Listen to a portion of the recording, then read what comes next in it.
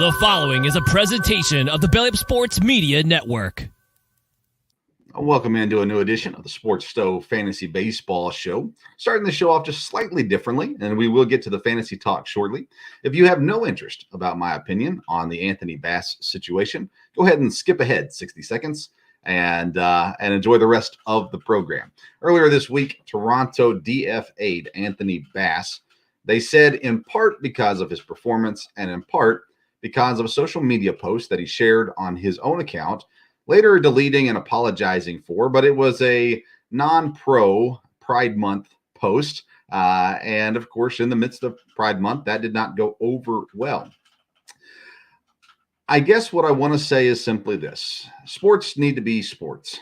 And we have infiltrated sports with politics and with promotion of things that do not unify. Sports used to be a unifying factor in America, where no matter what you believed religiously, politically, sociologically, it didn't matter when you came to the ball field. You came to watch baseball, and it always brought people together. In some of the hardest moments in our country, baseball unified. Now we allow other things to come into the sport that don't unify people.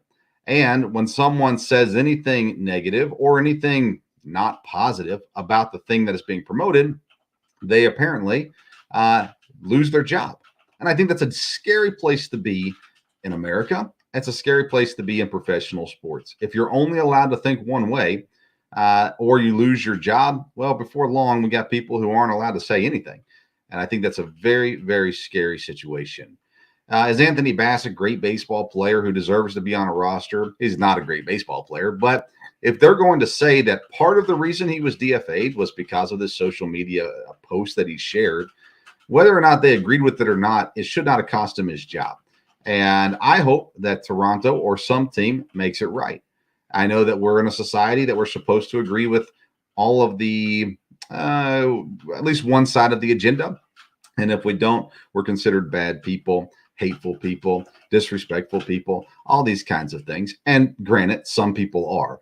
But you should not lose your job as a baseball player because of a post that did not have any vulgarity in it, that actually was standing against some vulgarity, but needless to say, did not go with the flow of the things going on in Toronto or in Major League Baseball for the month of June. I think it's sad, and I think it's wrong, and I hope it gets righted, but I don't have a whole lot of expectation that it will. At the end of the day, let's just play baseball. Why do we have to make it about everything else? Hopefully, sports can get back to sports. Well, here's what's cooking on today's Sports Stove Fantasy Baseball Show. We're actually going to talk baseball. That's right. We're going to talk fantasy stars that you should sell right now because the price is right. We're also going to have a guest come on talk about Jacob DeGrom, as well as Pete Alonso, the New York Mets, and all things in the NL East. And we'll close out the episode with the favorite segment of them all, the ads and drops. That's what's cooking on today's Fantasy Baseball Show.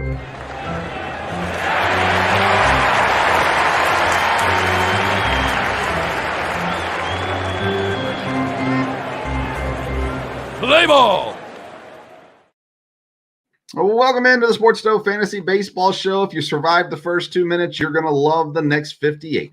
We're glad to have you with us. We're presented by Belly Up Fantasy Sports and Righteous Felon Jerky. I'm your host, Ben Stover. And as I am pretty much every week, I'm joined now by the senior fantasy baseball writer for BellyUpFantasySports.com, Mr. Kevin Wilson. Kevin, how you doing, man?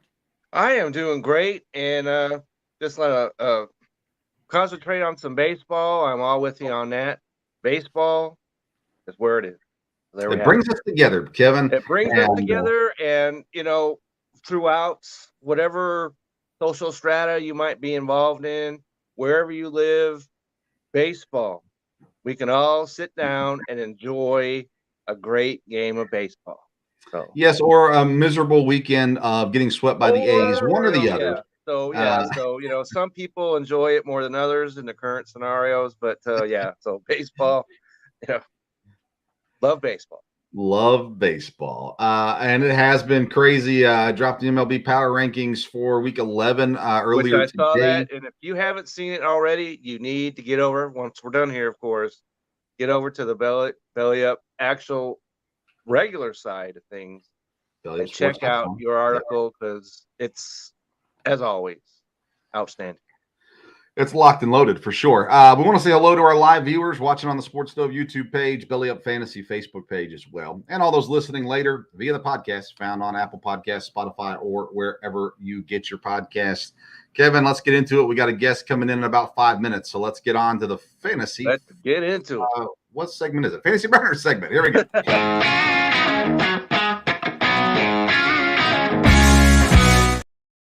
Fantasy Burner segment where we spend just a few moments talking about one specific fantasy topic presented by MahlerBros.com.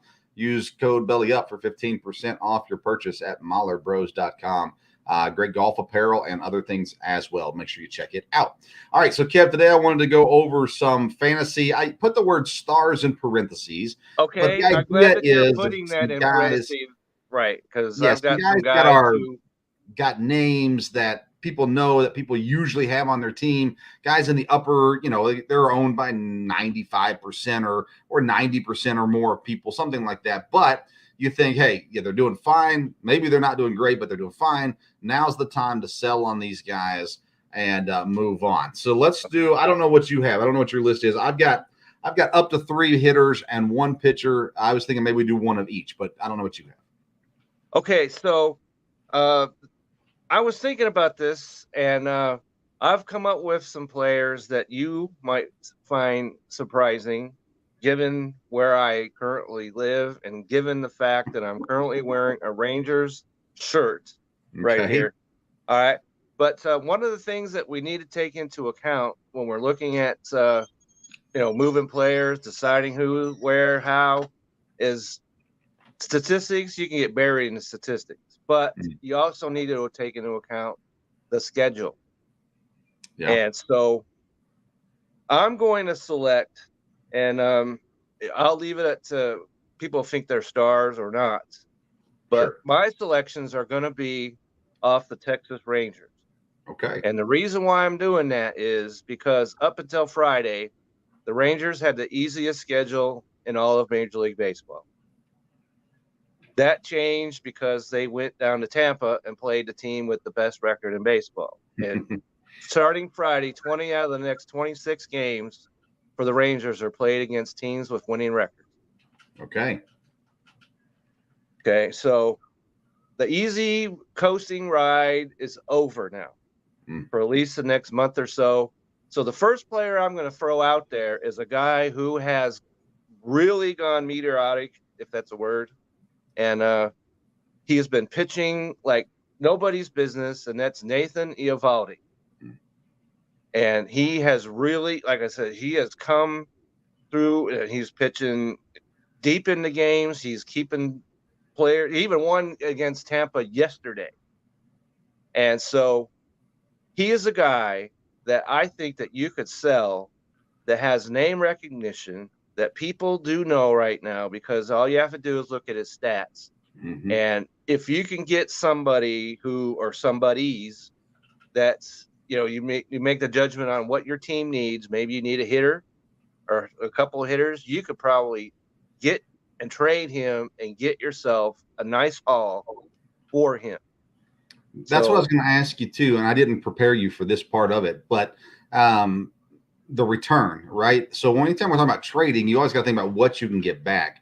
And for Eovaldi, do you think you can get a starting, like another guy in the upper 90 percentile, outfielder, so to say, or maybe a guy that's in the upper 80s and a guy that's in the 60s, maybe in return?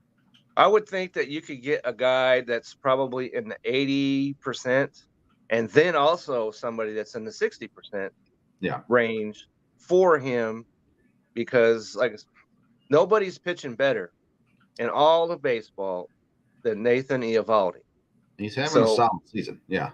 Solid season, solid season. And so, of course, you make the judgment of what your team needs. And then if you have him or somebody like him, another player that we've talked about many times is John Gray. He hasn't been nearly as dominant, but he has been in fact, he pitched a complete game the other day against St. Louis. Man, So you know how much I hate John Gray. I mean, I know you do. I know John you Gray. do. And, I Well, was high on him, and you and I yeah, both agreed that he, don't do it. But then he started laying down some he's been good. from the last 5 or 6 starts or so. Yeah. Iavali's pitched better than him, but not by much. Yeah, I And you still don't couldn't. want John Gray because I don't believe in John Gray. But Okay. uh, But I don't. if you, I don't know what it is. I need to get John Gray on the show. We need to talk it out. yeah. I just cannot stand the guy. So no John Gray for me. Okay, so he's currently on my team Yeah. because I said, okay, dude, you're pitching well, and he has, like I said, pitched very well. Yeah. So not a star, but you could good. you could sell him as being a star to somebody that needs pitching. All right, let me give you 2 guys real quick because my opening segment went longer than I was thinking it would. Clayton Kershaw, and here's the reason why. Okay, First I'm of interested all, to hear that. We're going now. It's a long season, and Kershaw's old, and he's pitching great. He's having a good time. But again, I'm looking at who can I get something in return for. Clayton Kershaw has a name recognition. We talked about that. He as well has had a good season. I just think that we're going to see him possibly get injured later on as the season goes, wear down a little bit. I think his high note for this season is going to happen within this month of June. And after that, it's going to start to taper, maybe not drastically, but start to taper. And I think if you want to trade him, now's the time to do it where you can actually go get something in return. Again, I like to get, depending on the size of the league, right? I'm in a 12-man league. I like to sell high on the guys and get 2 guys in return and get rid of a guy that's in the 5th percentile that has just been dragging along. And I think Kershaw can land that as well. And I'll give you a second guy too. And I actually did this week in a league. Luis Arias from Miami. You're not getting him from me. Let me just say he has been very good. His batting average is phenomenal. He's hitting all this kind of stuff. But I traded him straight up for Austin Riley. Now listen, Arias gives you more position flexibility. And that's probably the highest point of him.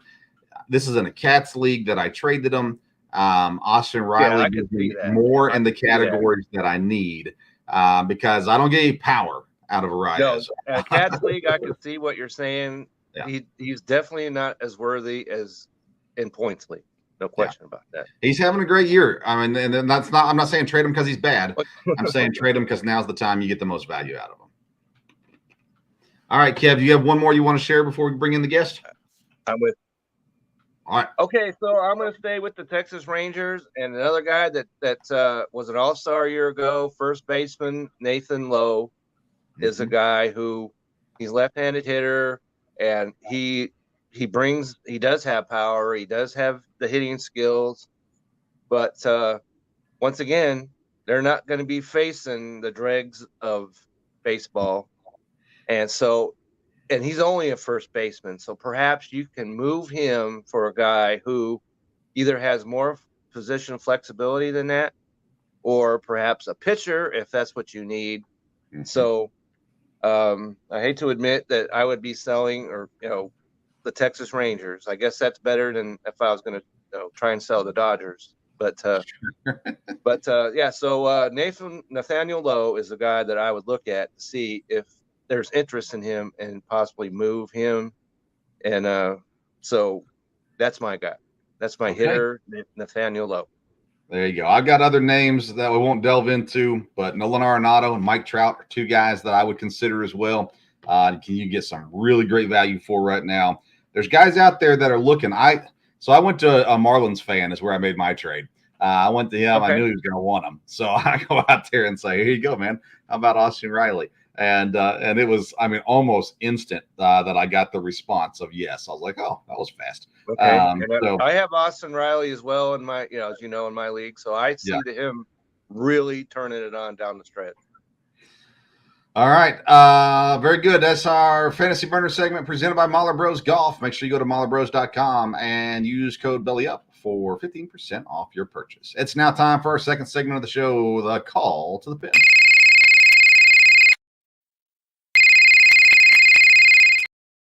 Our call to the pin is presented by Righteous Felon Jerky. If you want the purest jerky in the game, you got to go straight to the source.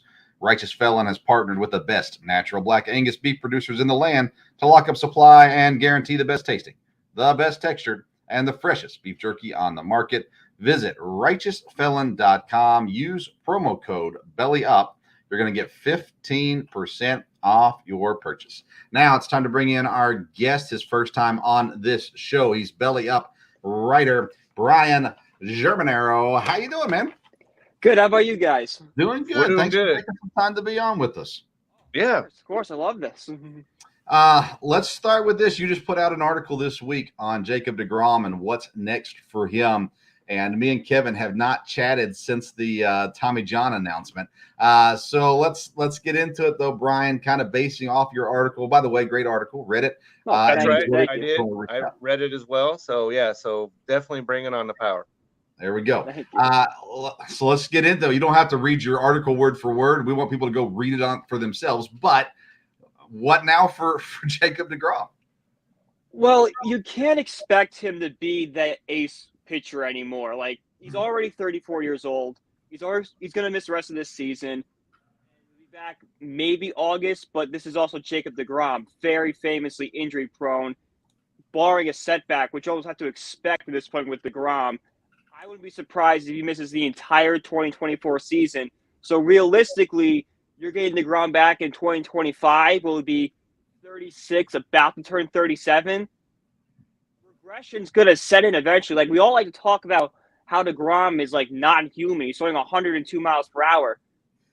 Tommy John surgeries and natural regression, it's going to bring him down to, he's no longer be this ace pitcher.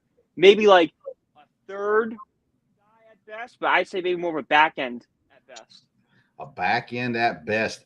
That would be crazy. I almost think, man, just retire. Just call it a day. Move on to the next career.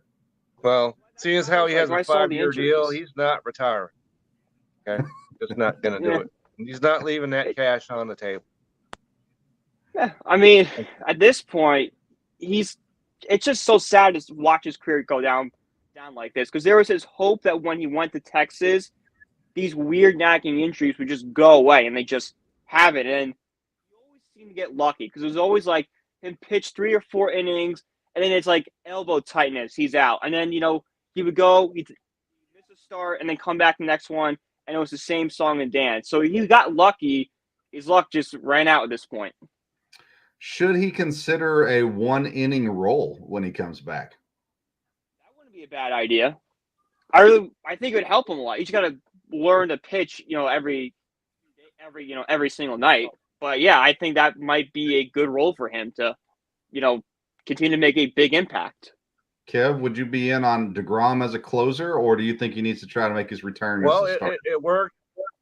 It worked down there in Atlanta for a while, and for a certain Hall of Fame pitcher. So I could see that possibly working. I don't know with his mentality if that would be a fit or not, because he's one of those guys, like you said, that Brian, you said he wants to throw a pitch 102 miles an hour, and so maybe.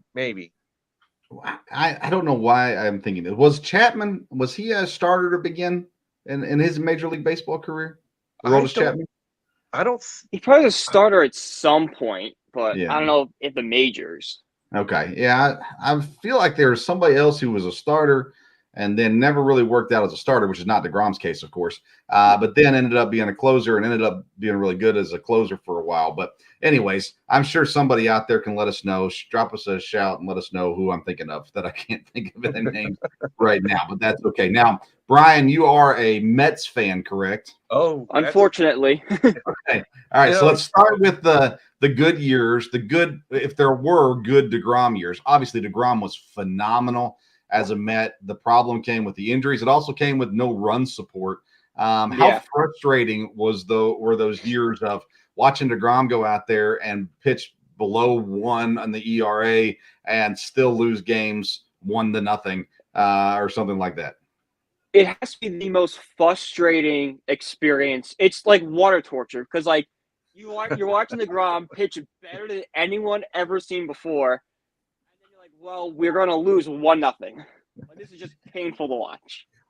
I can't even imagine. Now I'm a Brewers fan, so I have enough agony in my life. But I cannot imagine. You know, when we went out and got CeCe for that one year, he just was so phenomenal and so great. And thankfully, they had a team that could help him out. It has been weird to watch the Mets, though, struggle so badly to put up runs when DeGrom was there. It looked like they were going to be able to put up some runs this year and continue to do so. Pete Alonso, though, goes out now and is going to miss a good bit of games here in his absence here as well. Are you concerned about the Alonso injury? A little bit, because it's a bone bruise and a sprain. People always say that sprains are worse than breaks because, like, if you break a bone, you put it in the cast and it heals. Sprains can last for years. I know you can't compare people with athletes, but I have friends who sprain their ankles, and years will go by. It's like, my ankles bother me today. So I hope that's not the case with Pete, that, you know, he's up there swinging a bat and, ow, my wrist is hurting me. But I hope that's not the case with him. He seems like a pretty tough guy that will, you know, manage it. Now, this offseason, the Mets made some pretty big moves. They also made some moves for some rather old fellows. Were you happy with the moves they made this offseason? And what was the expectation coming into the year? I was happy. The expectation was definitely win more than 90 games and make a playoff spot. Now, I would love to win the division. We cannot beat the Braves for whatever reason. And the Phillies showed us last year that you don't need to win the division to make a deep run. Just get hot at the right time. So I just need them to make the playoffs. If they made the playoffs, I wanted them to go no deeper than, you know, the NLCS. This was my expectation for this ball club. But that is not the case anymore. And I don't know if this team's even going to make the playoffs at this point, Well, even though the NL is pretty weak this year. You know, to be honest, Brian, the Mets are making a liar out of me, because remember, Vince, a couple weeks ago, I said that the Mets looked like they were turning things around, and you might want to look at some of their players to add to your teams, because I thought they were going to get hot. Well, they're 2-8 out of their last 10. Yeah, So, and it's like a few times this season they've done that. It was like, oh, they're turning the corner finally, and then they get swept. It's like, oh, well, nope, I guess not. And they went 2-8 in a 10-game stretch where the Phillies went 7-3, the Marlins went 8-2, the Braves went 8-2. That doesn't help your cause when the rest of the division not counting the Mets. First, that's hard to overcome. Yeah. I mean, the NL East is over. You have to be delusional to still think the Mets have a chance in the NL East. It's the Braves division. I agree 100% on that one. The question, though, is, okay, now they get the other teams. The Marlins. In my power rankings the last 2 weeks, I've had the Marlins at number 10. And both times I put in there, I do not believe in the Marlins. But I also will not ignore what they've been able to do to this point. I have a feeling that they're just not going to last. They're going to start to fade off a little bit. But here they sit. They're 3.5 back from Atlanta, but they're 4.5 up on the Phillies. So from someone who is a fan of a team in the NL East, how do you view the Marlins? Like you said, I view them as a team that they started off hot, but they don't have the momentum to keep this going. They're going to, hit the dog days this summer, July, August, come back to earth a little bit. I mean, Luis Ariz is hitting 400 deep into June. That, history tells us that is a pace that it's very hard to keep up. Like, Ted Williams is the last guy to do it, and that was 1940 something. Like, there's a track where you can't keep this up. Kevin was 10.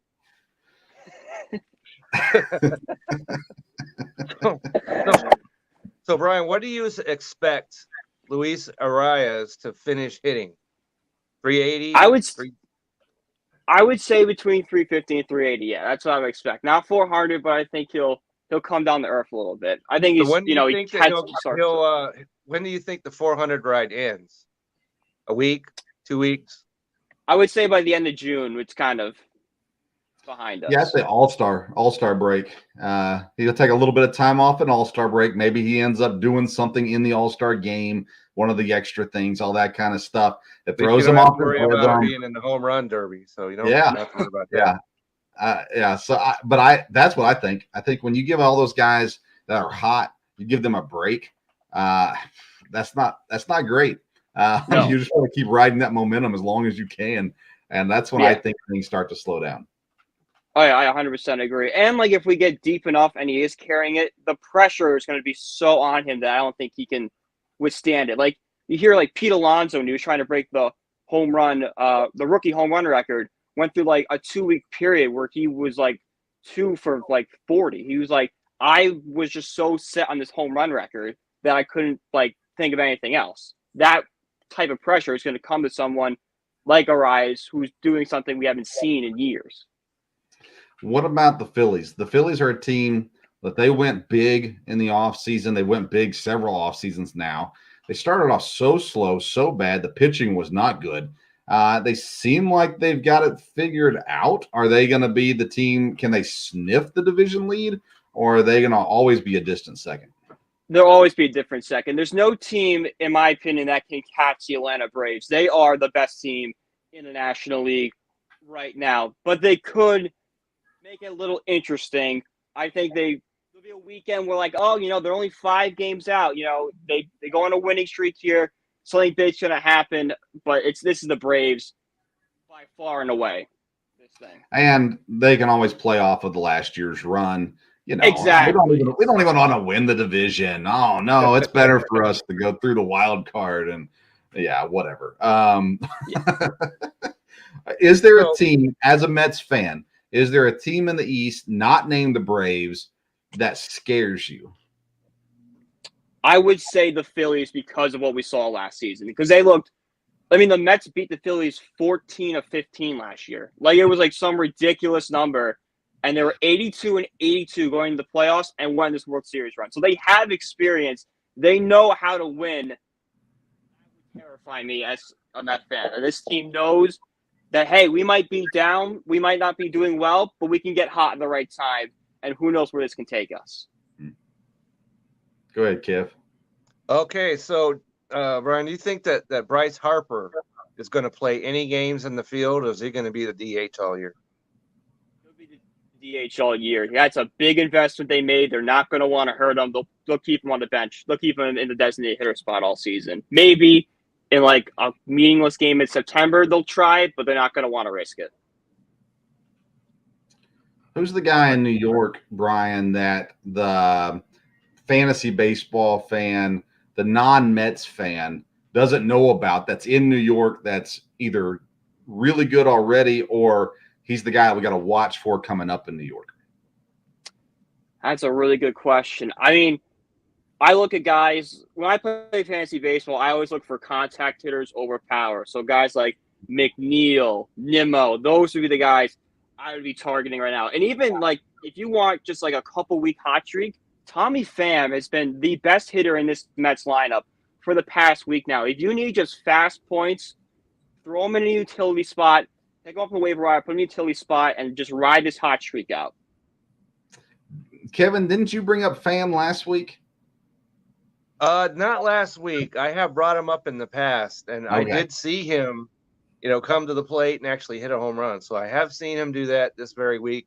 So he's a guy that can get hot. And my question about a fantasy player to you, Brian, would be Francisco Alvarez, the catcher DH for the Mets, who's been very hot of late. Is he a guy that you might want to pick up? I would definitely pick up Francisco Alvarez. A couple weeks ago, it wasn't even like fathomable that someone could beat Corbin Carroll for NL Rookie of the Year. What Alvarez has done in the past few weeks, and sure, maybe the Mets bias is getting in the way a little bit here, Alvarez now has a legit shot at that record. Anyone Carroll was going to win. Yeah, I can tell you that there is a little bit of bias in that statement. I don't think anyone's touching Corbin Carroll. But that being said, it's good to have someone else in the race where at least someone we can actually play around with it a little bit and be like, hey, it's a two-man race. Unlike the guy I talked about last week, James Outman, who is now out. He's out, man. Out. How can you be in baseball and have the last name Outman? Yeah. Right? Well, that's such a superstitious name. I think So it's he's out. it's got to be Northern American, Canadian, Ootman or something like that. I don't know, but We're all just yeah, pronouncing it wrong. Yeah, definitely. That's it. I love it. I love it. Oh my goodness. Okay. Let's see here. So are the Mets like any shot this year? Like right now, it seems like you're at that point where like, man, I really hope they can make the playoffs, but it doesn't look good, right? Yeah, it all depends on what Verlander and Scherzer are going to do. Verlander, he hasn't looked great. Scherzer has bounced back a little bit, but the beginning of the season definitely scares you. If Verlander and Scherzer can pitch to a level and Senga can figure out how to pitch on regular rest, then yes, this Mets team does have a shot.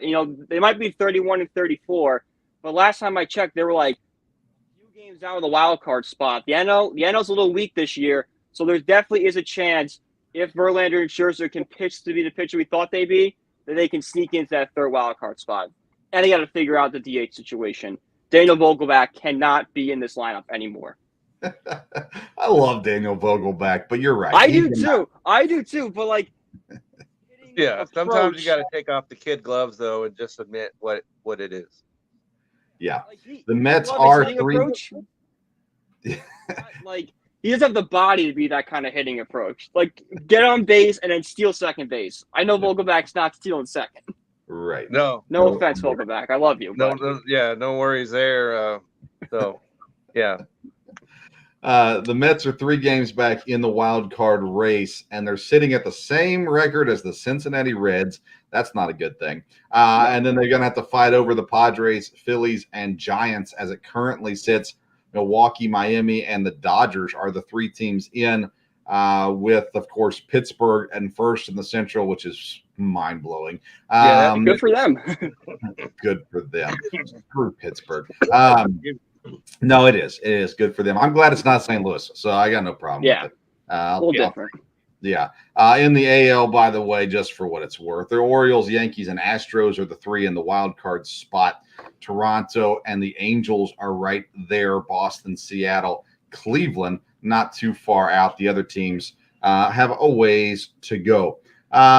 This division, though, in the East is, I don't know. We talked about it before the season started. Me and Kevin did, and we thought it was going to be a tough, division with Atlanta, Philadelphia, and New York. And Miami's now, they just won't go away. So it'll be interesting to see how it breaks down. You've been clear, and I agree with you. The Braves are the team to beat in the NL East. There it comes around. Best case scenario for the Mets, realistically, Brian. Best case scenario for the Mets this year. Best case scenario, they get hot. They make, a 2015 style impact of the trade deadline, sneak into that third wild card spot and get hot at the right time like the Phillies did last year. That's the best you can hope for right now. Who's the one guy the Mets need to add before the trade deadline? I was going to ask that. Do they need to add a pitcher or a hitter more? I would say a pitcher. Maybe, I don't know, like a pitcher on top of my head, but like look around, maybe Dylan Cease, maybe just like a middle rotation guy. They need an innings. They need a Chris Bassett type we had last year where the bullpen would just be taxed. And we go to Bass and be like, we need 8 innings, and he give us the 8 innings we needed. We need that guy who's just going to go out there and pitch. I like that. I think that's probably a good call. Kevin, anything else for Brian? Well, since we're talking about the NL East, and I have a player on my team from the Miami Marlins, and I'm talking about the rookie Yuri Perez. And do you think that he could keep that going throughout the year, or is he going to have a rookie wall that he's going to run into?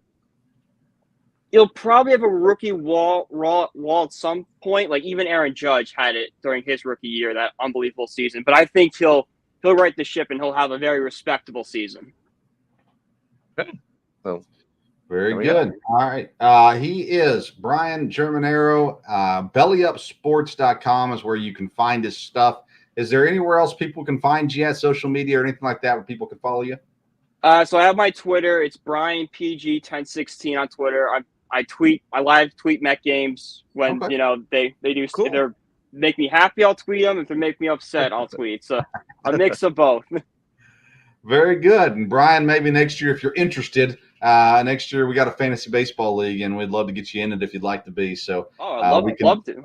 All right, very good. We'll check in with you throughout the season, sometime after the All-Star break, and maybe the Mets make a big trade or something as well. But make sure you follow or catch Brian's articles on bellyupsports.com. He had the Jacob DeGrom article drop this week, so you can catch that there. Brian, we really do appreciate you taking some time for our show today.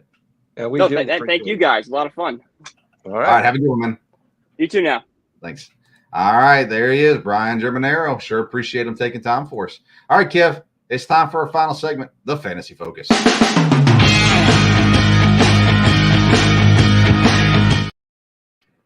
All right, we got a fun one here today, Kevin, and it is with ads and drops, because I went on to do some research, and saw there was a player available, and I thought, "Are you kidding me?" And man, I snatched him as fast as I could. I had to drop somebody. I didn't even care. I picked him up and dropped out Jose Abreu, which is not a huge surprise. I saw that. And I was stoked. So there's going to be an ad for me. So I'm going to start, and it's a pitcher, and I was so excited. I couldn't believe he was there. It was the Los Angeles Dodgers, Bobby Miller. I couldn't believe he was available in our league with the way that he's been pitching as of late. I feel like we maybe even talked about him last week some. We did. Okay. Because he pitched against Atlanta, if you remember. Yeah. And he pitched well. Mm-hmm. And is just the adjective that you can use with him when he's pitching. He pitches well. Yeah. So 4 games he's pitched. 3 of them were quality starts. The other one was 5 innings against Atlanta. He's got 23 strikeouts in 6, 12, 18, 23 innings. He's only allowed 2 runs on the year. His ERA is 0.78. His WHIP is 0.83. He has scored 19 points, 22 points, 23 points, 25 points in his 4 starts so far. He's next scheduled to start on Friday against the Giants. Bobby Miller, I think he should be. He's rostered on 58.9% of ESPN leagues, and I feel like he should be on 80% easily. Absolutely, because he's keeping the him and Clayton Kershaw, as you just mentioned, are keeping the Dodgers pitching staff afloat. As Noah Syndergaard, not it. So. Yeah. And he came up, of course, in May from AAA, and I mean he's been lights out. I was shocked to see him sitting there. Snagged him. Almost forgot to do the rest of my research. Bobby Miller is a must-add if he's available in your league. You got it. Even if you're in an 8-man league, you want Bobby Miller on your pitching staff. This kid is good enough. He needs to be on teams. I agree, 100%. All right, who you got, Kev? All right, so I asked Brian just a moment ago about him, and that's Francisco Alvarez. He's at 21% owned, and so this is what he's done over the last few days. Yeah, he hit a home run, right? Then the next day he was 2 for 5, hit 2 home runs with 3 RBIs. The next day he was 1 for 5 with an RBI and a run scored. The day after that, 1 for 4 with the home run. So he is hot. He's hitless today, but he is swinging the bat. He was a guy that I was kind of like, I don't know about him, but he has been over the last couple weeks or so, he has been really hot, and he's a DH, so he'll be in your lineup probably more than most catchers. So if you are in need of catching help, I would certainly look at Francisco Alvarez's way. The Mets that we just talked about are going the wrong direction, but Francisco Alvarez, you can't blame it on him because he's hit 4 home runs in the last 4 days. Wow. So, yeah, so power, if you need it, it's there. I'm sure since he has power, strikeouts might be an issue, but he is covering that so far. So Francisco Alvarez, New York Mets, if you need catching, go and get him. I'm going to stick with the Mets also, actually. I did not bring this guy up in our last segment, but It's a guy that you've heard of before. He was on a lot of teams last year, actually. Outfielder Mark Canha. Okay. Again, now this is a completely different than the Bobby Miller situation, where Bobby Miller should be on every team. Mark Canha is a guy that you stream. He's on there some when he's hot, you take him off when he's not. Only owned in 5.2% of leagues. So if you need an outfielder, I think now's a good time to get him. On the series against Pittsburgh, they went for 10 points, 1.6 points, and 3 points. He's getting the points through different ways, stolen bases occasionally, RBIs, and some power throughout the year. Earlier in a Philadelphia series, he put up 17 points. So he's a guy that's when he's playing. Now, the problem is he doesn't play every day. He plays 2 or 3 days in a row, and he's one of those guys that's getting moved around. Now, I don't know how things get moved around with the Alonso situation. If that means he's going to play more regularly, I'm not sure. But when he gets the chance, he's actually producing. He's scored at least a point in every game he's been in since May, with the exception of 2 games. So he's and only 1 point twice. The other times there's been 6, there's been 8, there's been 9, there's been 4, there's been 2. He's putting up some points. So if you need an outfielder, Mark Canha is a way to go. He's a relatively veteran player. He has experience, and he's been producing. So Mark Canha, I think that's a decent find for your outfield need right now. All right. So I know we've talked about how you don't want too many Cincinnati Reds on your team, but, and I'm not going to talk about Ellie De La Cruz, all right? Because, Okay. All right. you know, there are people who are dreaming, have been dreaming about him, and, you know, at night, they're so excited about that guy. But there's a player on Cincinnati who is, because he's a shortstop by trade, but he's playing third base. And why is that? Because Matt McClain is at shortstop for the Cincinnati Reds. And currently he's on a 6-game hitting streak. He had 2 or more hits in 3 straight games. And so he is scoring runs. He has locked down that shortstop position, and he is at 27% owned. So if you thought, well, maybe I could get Ellie De La Cruz, which probably not, and you're like, I'm depressed now, go ahead and get the player that's playing next to him, it's so good that he's keeping Ellie De La Cruz off shortstop. And so, yeah, this Reds team is weird, Kevin. it is weird. They've Jonathan got India hitters. They got a pitcher or 2 that you could probably get onto your team. Sure. So, yeah. So Cincinnati is not the hands-off team it was just not too long ago. Jonathan India's back and playing well. India is a player that Spencer Steer has been really good. Steer's a guy we've talked about before. Yeah, he's rostered pretty much everywhere now. Jake Fraley was having a really good year. Because that's not happening. He's been injured, so that doesn't help. But he's had a good year too. There's been spikes of Newman? Kevin Newman, spikes of okay play by him. TJ Friedel, he's had okay games as well. And then you bring in De La Cruz, who knows what he's going to be like. But I'm all for trying the young guys. I love bringing in the guys. He has a hit in every game he's played so far. Yeah, and that home run wasn't been called up first game, against the Dodgers. He was a personal wrecking crew against the Dodgers. So he has struck out 10 of his 19 plate appearances. Right. That's a scary thing. But anyways, I say all that to say you're right. I'm very much anti-Cincinnati Red players on my fantasy baseball team, but I'm coming around because I've got Matt McClain on another team. I don't have one. He's available in our league. I'm looking right at it. So if you need a shortstop, he's available in a lot of leagues. So go get him if you need one. And I'll talk about shortstop when we get to the drops. Okay. I got another pitcher for you, Colin Ray in Milwaukee.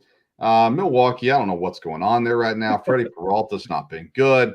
No, I added him today to my detriment. Okay. Oh, yeah. Yeah. It was not good. So I added, I'm short circuiting yesterday, Julio Turhan yesterday. Oh, yeah. Yeah. Yesterday, and that worked out.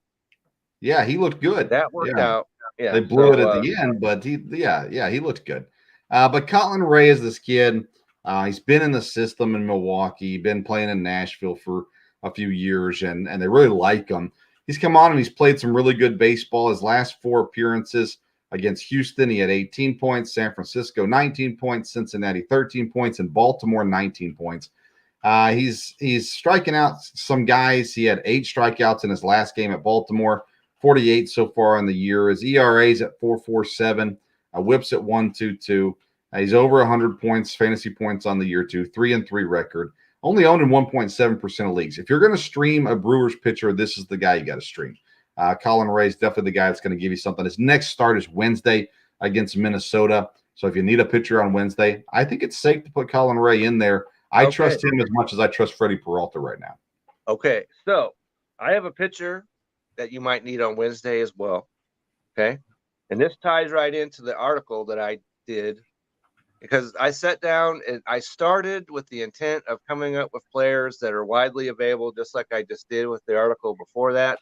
But I came across this guy, and I don't know what the AJ stands for, so I won't attempt that.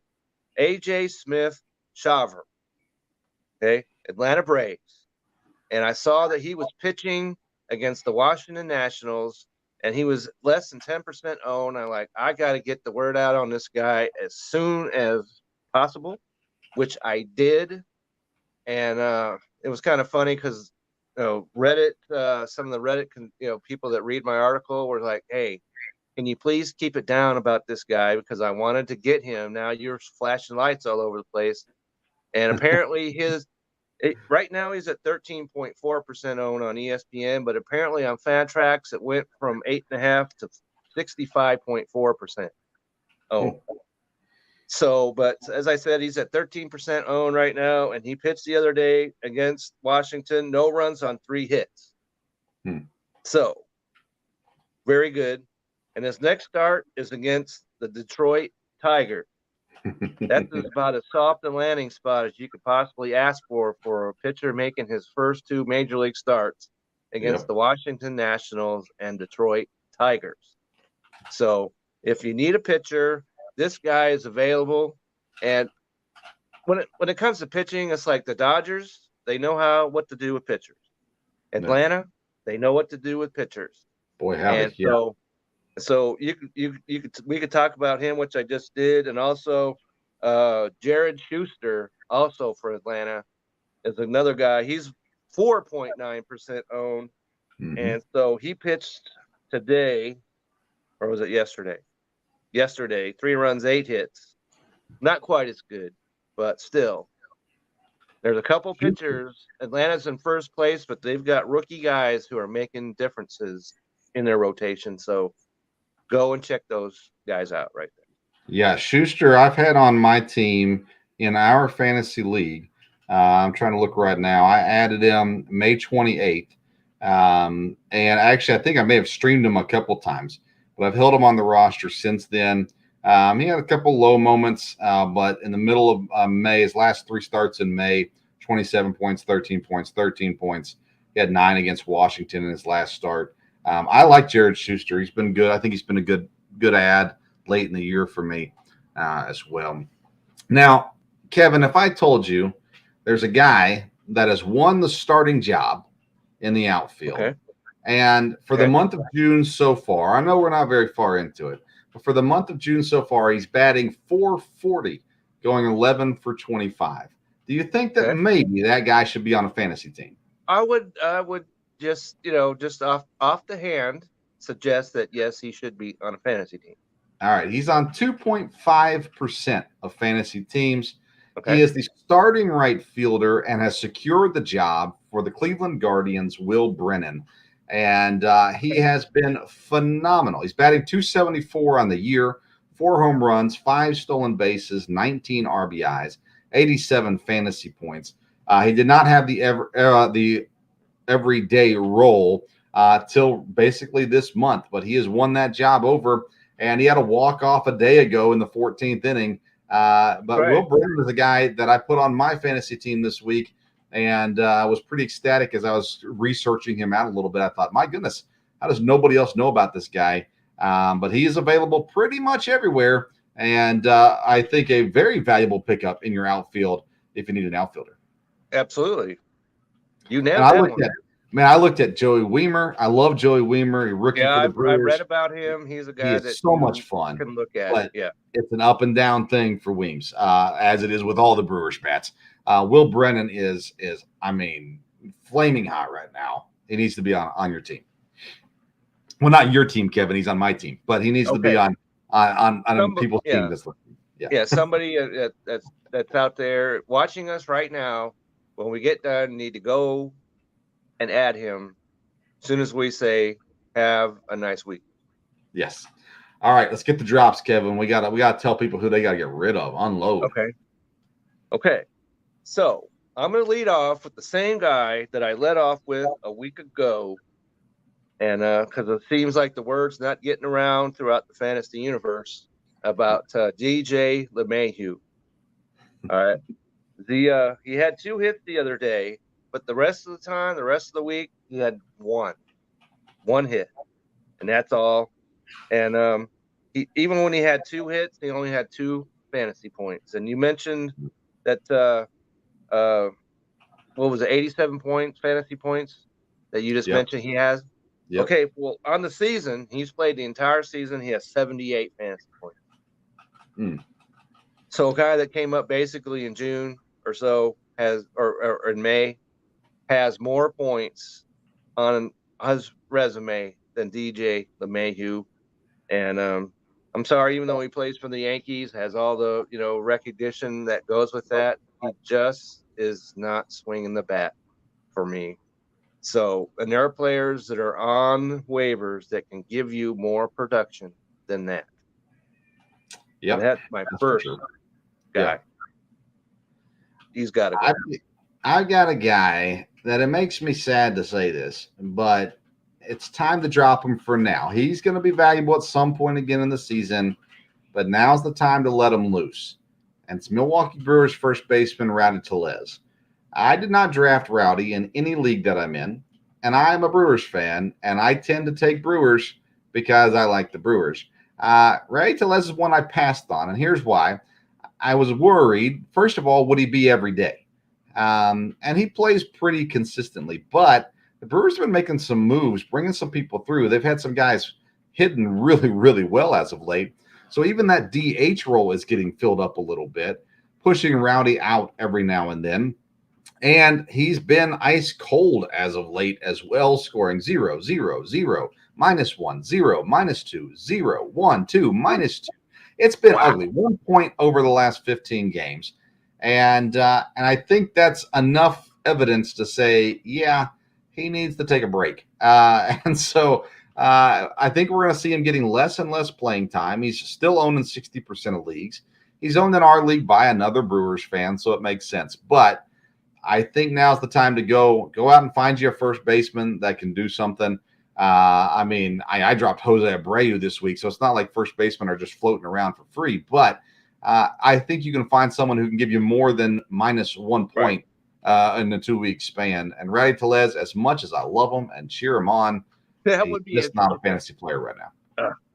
Oh yeah, no, and that ties right into my guy who pitcher. He's at 60, almost 65% owned. All right. And unfortunately for him, on Tuesday, he goes up against my Los Angeles Dodgers. I'm talking about Lance Lynn of the Chicago White Sox. Okay. And just when you thought this dude was turning things around, he gets tattooed for 5 runs on 8 hits with 3 walks against those previously mentioned Yankees. And the Yankees have not been the hitting machine they have been in the past. And so it has not worked out well. And if you're in a 10-man league or so like we are, even a 12-man, there's got to be a pitcher that doesn't have a 6.72 ERA and a 1.56 whip. Yeah. All right. And this guy, he's walking people. It's just been awful. And so ever since when he pitched for the Rangers, he pitched well. The first year up there, he pitched well for the White Sox, but it's been just a free fall. So if you're in a 10 to 12-man league, go and get yourself a better pitcher than Lance Lynn. You owe it to yourself. I agree with that. I didn't have Jose Abreu on my list, but I did drop him this week, and he'd be a good Okay. drop too. He's not been any good. Let me give you one that makes perfect sense. Everybody understands it, but there are still people holding out hope that in 2 or 3 weeks, when he returns to the big leagues, he'll be what he used to be. Alex Manoah, let the man go. Oh Sail it my off. goodness! Yes, Just you let definitely. it go. Sail it And- off and- into the water. You know, Wish him unless well. unless Don't you're have him on your related, roster. unless you're related to Alex Manoah, he's got to go. He's got to. We need a radar just to detect where he is right now, because it's somewhere where Tampa, I guess, or somewhere Yeah, where Florida complex. Florida. And so so come on now, guys. And I could tell you right now what his ownership rate is. Still in the 50s, Way I think. too high. I can guarantee you that right now. I think it's like a 56 or somewhere in that range. All right, come on. There's so many Maybe. Alexes in the big leagues right now. So, all right, let me try. I'll go a different way. But you're right. It's definitely too many. Yeah, definitely too many. There he is. He's at 56.7% owned. Yeah. Come on, guys. We could do better than that. And he's not even in the majors. And they say he's going to miss at least 2 starts in the rotation. Let's look at this. You know how many outs, let alone anything else, he had in his last start? He got 1 out. Oh. And the thing that he made it on TV, I don't know if you saw that, he was trying to blow the ball foul that was rolling down the third base line, because that was the only easy hit that he gave up that entire inning, and the rest of it were doubles and home runs, and so come on now, guys. Alex, he's got to go. No question about that. Yeah. I've got one more. Do you have any more? Oh, I've got. And another one I'm going to go with is another pitcher by the name of Patrick Sandoval from the Los Angeles Angels at 35% owned. And all he did yesterday was give up 5 runs on 10 hits in just 5 innings against the Seattle Mariners. Yeah. And so his ERA is a little bit better at 4.52, and his WHIP is simply awful at 1.45. And he's 3-6 on the year. And as I said, in 10 to 12 man leagues, there has to be a better pitcher available than that you can go and get. So, Mr. Sandoval, I wanted to believe in you, but I just can't do it. I want to come back to that in 1 second, because I have Sandoval on a team, and I want to come back to that. Okay, go ahead. I don't disagree with you, but I want to come back to it. All right, last one I got. He's only owned in 3.9% of leagues, so why am I talking about him? Well, he's owned in our league. Paul DeJong, shortstop for the St. Louis Cardinals, -1 point over the last 15. There are shortstops available. There are guys adding shortstop eligibility, it seems like, on a daily basis. You should not be having anyone on your roster, especially anyone that's not a superstar on your roster, that can't put up positive points in a 2-week span. I'm looking right now to see who's available at shortstop. I could give you one right off the bat, Vince, and that's Orlando Arcia from the Atlanta Braves. He's at 24% owned, and he had 2 hits today. He has 2 hits or more in 4 games this week. Man, and so -1 point in the last 2 weeks for DeJong. Matt McClain, who you already brought up, 34 points. Mauricio Dubon from Houston, 31 points. Ahmed Rosario, 28 points. Kevin Newman, 28 points. Isaiah Kiner-Falefa, 27 points. There are guys upon guys. Arcia, you mentioned already as well. There are so many guys that have scored so many more points than Paul DeJong. There's no reason for him to be on a roster. If he's on your team, friends, you've made a horrible mistake. And you might be a Cardinals fan. It doesn't matter. Let him go. Don't let it, don't let it cruise your cruise liner right into the rocks because you are a Cardinals fan. Well, I guess if you're in our league and you want to go ahead and do that, that's fine. Have at it, right? Have at it. All right, let me come back to Patrick Sandoval. Okay. All right, I'm in I made a huge mistake this year. I did it for the sake of this show, by the way. But Okay. it was a mistake. This show doesn't mean that much to me. I shouldn't have done it. 12 man league, categories league. I did not draft a pitcher until the 14th round. I remember you saying that. Yeah. My pitching staff currently, and I have made a whole lot of moves. Merrill Kelly, Okay. Patrick Sandoval, Miles Mikolas, Ranger Suarez, Bryce Elder, Bryce Miller, Hayden Wisniewski, Descalfini, Corbin Burns, who I got in a trade, and Dean Kremer are my starting pitchers in this league. Now, there is no cap on to how many starts you can have in a week. And so I will pull guys through all week long just to add up the innings and the strikeouts. It's been killing me. I'm horrible in this league. I think I'm 1-9 or something like that in this league because I don't have anything going on in my pitching. And don't wait till round 14 to draft a pitcher, or else you have Patrick Sandoval on your roster. I've never. I've been involved in fantasy baseball for a few years now. I've never before ever come across somebody that waited that long to draft a pitcher. I just decided I was going to wait either way and go for the other guys. And then after about round 6, I thought, you know what? I wonder how long I can do this. And so I just decided I'm going to hold off. And I had some opportunities for some guys. I was like, no, for the show. I'm going to go later and later and later. And, if it works, then I'm this amazing fantasy baseball player. And if it doesn't, I just won't talk about it. But yet here I am talking about it. Yeah, and it kind of worked out like the experiment that the Hulk did on himself. There you go. So it didn't work out so well. Yeah, maybe. I don't know. So if you're rookie to fantasy baseball, don't wait to the 14th round to draft a pitcher. Exactly right. Take nothing away else from what we talked about today. Let that be the lesson. But I did not draft Alex Manoah, so there's a positive lining somewhere in there. Yeah. All right. A lot of people didn't think well of him, and there was every reason to go with that way of thinking. Yeah. Kevin, what's on the agenda this week for you? What are you dropping? I know you dropped something. As I said that because I had 2 articles that went out last week, and I was not planning it that way, but like I said, when I saw that this guy was getting ready to make his starting, it wasn't his major league debut. He made it the week before that. But so that article is out there, and also the article where I named pitchers that are less than 10% owned in ESPN leagues at the time. It's not that way probably anymore, but so 2 articles that you can go to on Belly Up Fantasy side of things, and so you could do that. And so what's going to happen this week is as much a mystery to me as anyone else right now. So we're going to play it by ear, and you can always find me on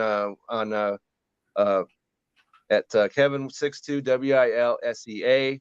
And I just want to throw out there that the guys that I've been dealing with on Reddit that respond to my articles, I get more correspondence there than anywhere else. And so I get a lot of positive stuff, a lot of stuff that you could just flush down the toilet. But so I just want to give a shout out to the guys on Reddit. I appreciate you guys, and keep it coming.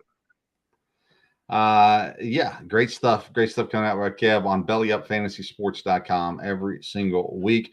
I've got stuff that drops on bellyupsports.com. I haven't written a fantasy article in quite some time, but Kevin and we've had other guys that have done a really good job. I might get back into it here at some point, but you can follow me on Twitter and Instagram at SportsStove. Kevin made a huge announcement for my show this week. Of course, I still have the Sports Stove Fantasy Baseball Show every Sunday, the Sports Stove Podcast every Wednesday. My dad joins me for that. Then I do a local hour show, not doing one at the moment just because college has just ended. We cover Eastern Kentucky University, but we've added a new family member onto the Sports Stove local hour. EKU defensive lineman Ryan Jackson is going to join the program. We're going to put out some amazing content throughout the summer, getting ready for the football season, and moving ahead as well. Other great content coming from Ryan. So it's going to be great. We're going to have a kid. He's a team captain on the field every week, in the practice, in the locker rooms, all these kinds of things. Ryan's going to be a great addition to the show. So looking forward. If you like sports, if you like to hear it from an inside angle, Ryan's going to be that guy to do it for you. And so you can tune in to the Sports Stove Local Hour. It's an audio-only podcast, and when it drops, typically Friday mornings. It'll still be a couple weeks before we get our first episode out with Ryan, but really excited about adding him to the team. And he's a phenomenal football player, but he's a great dude. He's been involved in his dad started a community, not 501c3, to train kids in football and basketball and baseball. And Ryan has been involved in that most of his life too. And I mean, he's a great kid. So it's going to be good stuff. I'm looking forward to that. We got to talk about our league though, real quick as well, because first of all, Dad scored a measly 420 points this week. He will take out Brennan Myers, who I'm pretty sure is not paying attention anymore. Even though he's 4-5 on the year, I looked at his roster and I thought, yeah, he's not paying attention. So we got to reach out to Brennan. But Dad dominates him 420 to 244. Kevin sniffed 400 this week, 398. Took out Nick Macaronis. Kevin goes to 9-1. Dad goes to 10-0, by the way. Let's see here. Chase, he's going to win this week. A low scoring, 308. But he beats out Drew Childs this week. He goes to 4-6. Dan D'Amico, the defending champ, he's going to bump up to 4-6 as well, taking down Nathan Nguyen. And I had to put up with the co-founder of Belly Up Sports this week, Mike Brown. 439 for me, 285 for Mike. Mike, thanks for playing. Come back again some other time. That's right. So we definitely have to put out there, because you know who's going head to head this week. No, I haven't looked at this week's schedule. Okay, so the schedule is it's going to be me versus Dale Stover, the two top guys locking it up head to head. So you'll definitely want to follow along with our league this past.